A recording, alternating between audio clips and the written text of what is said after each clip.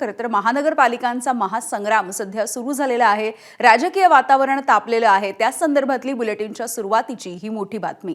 पुणे आणि पिंपरी चिंचवड महानगरपालिकेच्या निवडणुकीसाठी आता दोन्ही राष्ट्रवादी या एकत्र येतील हे जवळपास निश्चित झालेलं आहे आणि दोन्ही पक्षांच्या नेत्यांकडून तसे स्पष्ट संकेत देखील दिले जात आहेत. सध्याच्या याच मनोमिलनाच्या स्थितीवरून शिवसेनेचे नेते आणि मंत्री संजय शिरसाट यांनी एक मोठं वक्तव्य केलं.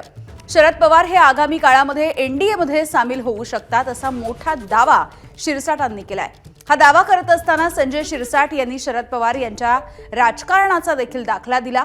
तसंच शरद पवार यांच्या सहभागाबाबत वरिष्ठ पातळीवरती निर्णय होईल असाही त्यांनी दावा केलाय.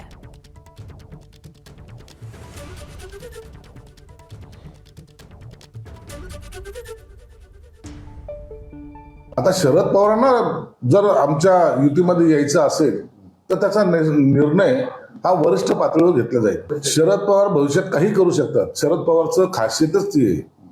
शरद पवारचं आयुष्याचं राजकारण जर पाहिलं आयुष्यभराचं तर त्यांनी अशाच सगळं काही उलटापालटी सर्व केलेले आहे.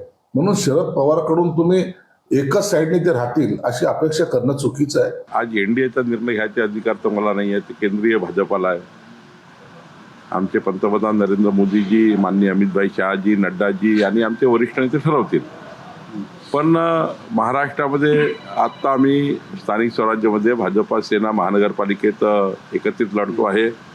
नगरपालिकेत बघा आम्ही त्या ठिकाणी वेगवेगळं लढलो. त्या ठिकाणी मित्रपक्ष म्हणून आम्ही या ठिकाणी आमची निवडणूक लढलो. एबीपी माझा, उघडा डोळे बघा नीट.